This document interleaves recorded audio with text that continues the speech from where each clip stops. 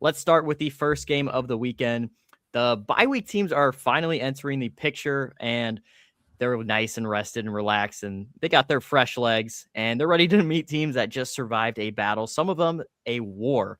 We'll start with one of those teams, the Denver Broncos, who are hosting Josh Allen and the Buffalo Bills. You look at the spread on this game, the Broncos are now favored by 1.5 points, so very tight. Actually, the tightest of all the games this weekend.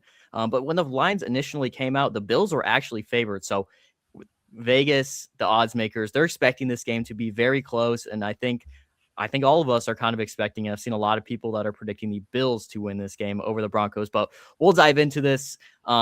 It's January. It's in Denver. You'd expect this to be very cold, but it's actually going to be 41 and sunny, surprisingly. So the elements are not going to come into play here, but the altitude always does there. A lot of athletes struggle with the oxygen, but we'll see. Don't know when the Bills actually arrived in Denver, but I'm sure that they're taking every precaution as they try to finally reach the Super Bowl with Josh Allen.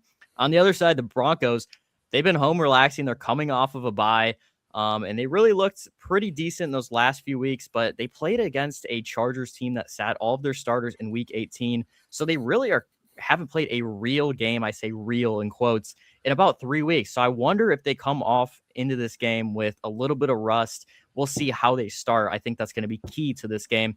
The Bills on the other side, they've won 6 of their last 7 games. And against current playoff teams this year, the Bills were 4-3, improving that record against their win versus Jacksonville. The Broncos against playoff teams this season were 3-2 if you don't include that Week 18 win against the Chargers, who again rested all their starters. But you look at this matchup, I think James Cook is someone that is really impactful. So last week, the Bills played the Jaguars, who had the number 1 rush defense in the league, and we knew that Josh Allen was probably going to need to take over that game. This game's going to be a little bit different. James Cook is going to have more on his plate. He's going to be expected to do more things this week. James Cook this season had over 1,900 total yards and 14 touchdowns in just 16 games. James Cook going to be essential to winning this game. You look at the Broncos rush defense, they're 16th in the NFL. They allow 116 yards per game. So a mediocre rush defense, expect James Cook to give them all they can got. We'll see how the offensive line handles, but a very strong D line. But when it comes to the linebackers and how that is, just overall as a rush defense, you would expect the Broncos to be better in this aspect, but they're middle of the pack. And when it comes to playoffs, that usually doesn't fare well. However, the Bills rush defense, even worse than that, 28th in the NFL, are allowing 136 rush yards per game. So we'll see if the Broncos really trying to pound the rock on the team. We know the Jaguars did that, had some success, but we saw that the Bills defense kind of sold out a lot to stop the run and forced Trevor Lawrence to beat them with his arm, which first play in the final drive in the 2-minute drill bounces off, picked off. We didn't really get to see a whole lot of their defense in high pressure scenarios, at least with like a 2-minute drill going on. But on the pass defense, the Bills have the best pass defense in the NFL, only allow 157 pass yards per game. So Bo Nix is going to have his plate full trying to pass the ball. On the other side, Broncos pass defense, 11th in the NFL, 224 pass yards per game. So above average in that aspect, but you're going against Josh Allen, maybe not the best sort of receivers in sort of that room, but Brandon Cooks, Khalil Shakir, Josh Allen with his legs. There's going to be a lot to handle, and this is probably going to be one of the best offenses that they'll play the entire season.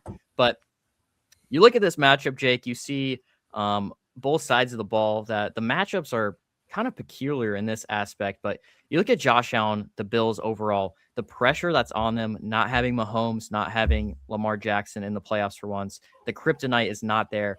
Would you say that Josh Allen winning a Super Bowl this season, that there's more pressure for him to do that? Or is there more pressure for Bo Nix to finally win a playoff game and prove that he's not a fraud? Yeah, so I think the Bills' window is actually kind of slowly closing here. I don't know if that's too controversial to say, but Josh Allen's been on the team for a while. He's done a lot for the team. The Bills have had a lot of playoff opportunities, a lot of games against Lamar, a lot of games against Mahomes. Josh Allen's really struggled in those games and has yet to prove himself. I think if they don't go to the bowl in the next couple of years, Josh Allen is going to continue to go on a downhill slope. I think the Bills have a lot of potential for this game, though. I think it is really important to stop this Broncos team. This team's coming off a bye. They're fired up. They're healthy. but are we like completely sure if they're healthy or if they're rusty for not playing for a couple weeks, you know? Broncos, they ride with their quarterback, Bo Nix. Doesn't matter how he's performing, that team always rides with their quarterback. So I don't know. I think there's a lot of pressure on both Josh Allen and Bo Nix. I think this is going to be a big battle for both of them to prove who's really going to be that guy, you know? And I think this game will kind of determine that.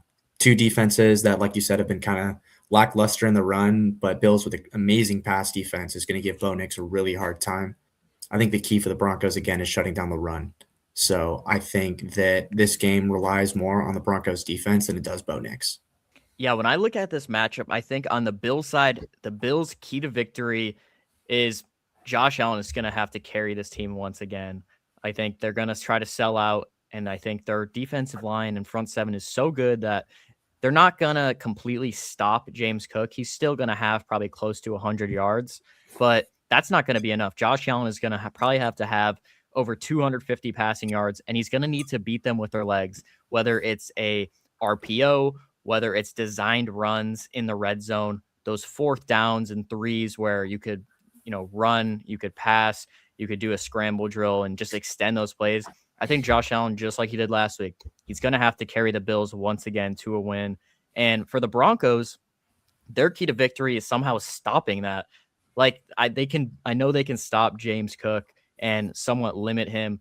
Obviously, those big plays are going to happen. That's kind of what the Bills live on is big plays, third downs, making sure they just do enough to move the chains and really hold the ball on the offensive side and keep that time of possession.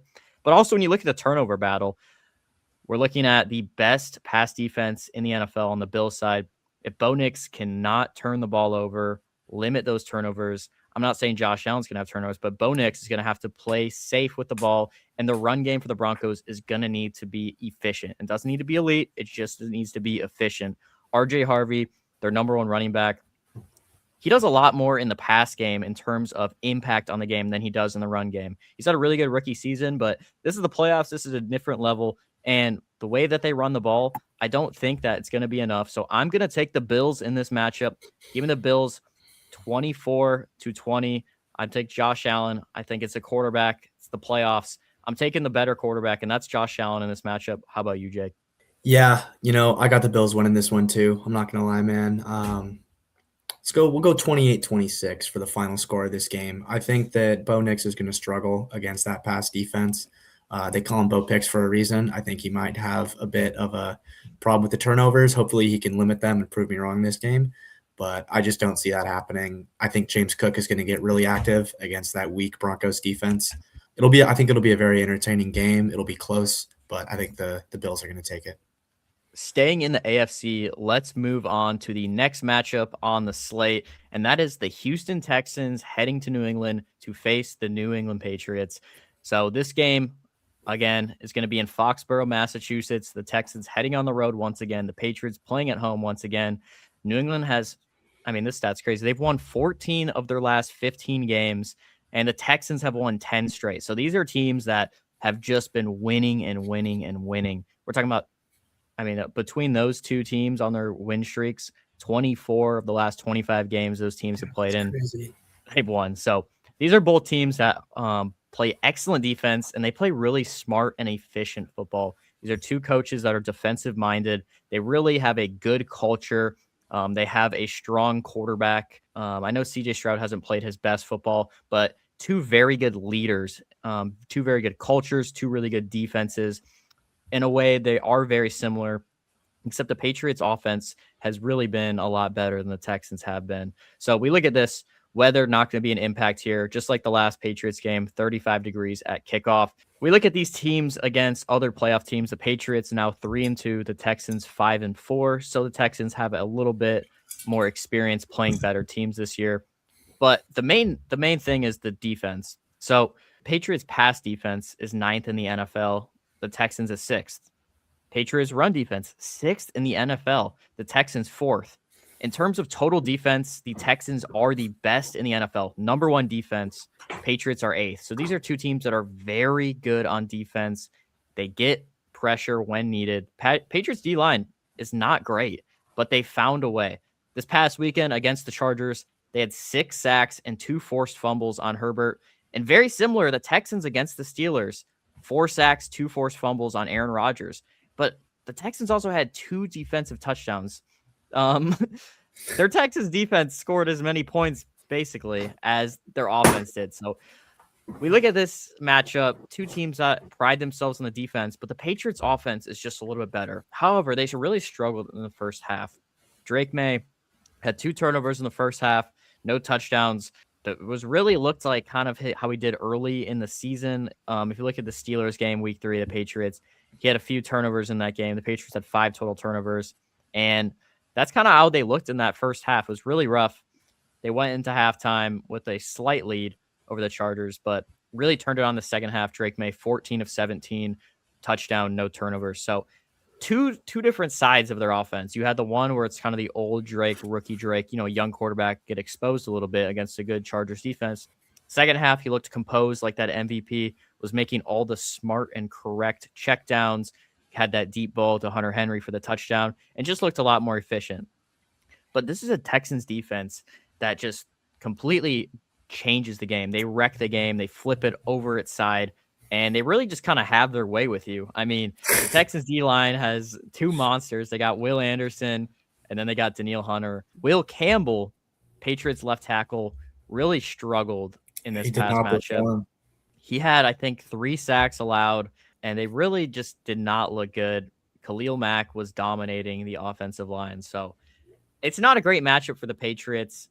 For the Texans, their offense, probably not a great matchup for them at all. If I had to predict, this is probably going to be a low-scoring game. We're talking about both teams probably not eclipsing 20 points. You look at the Texans on offense, Nico Collins in concussion protocol. Who knows if he's going to play? But if Nico Collins isn't playing, there are no excuses for the Patriots to lose this game. Their defense got all the pressure on Herbert, and this is a very similar matchup to the Chargers. The Texans do not have a great offensive line. It is a little bit better than the Chargers, but not great overall. There's no Nico Collins. There's no one else. They don't have a star running back, and they don't have any other star key players outside of Nico Collins. If Nico Collins isn't playing, no excuses for this team. I don't care how bad their offensive line gets killed. As long as Nico Collins isn't playing, if Drake May is alive, if he has a pulse out there, no reason for them to lose this game, okay? This is a testament to their coaching, testament to Josh McDaniels, Mike Vrabel. But if Nico Collins is out, and I think it's likely with the way that he was walking off the field, just a concussion, but there's no excuses for the Patriots. They're the better team. Their offense is significantly better, and all they have to do is get the ball out of Drake's hands quick, run the ball, and that's all they have to do to win this game, because the offense without Nico Collins is lackluster. I mean, Davis Mills might be better. I mean, he might have to go line up a wide receiver for this game.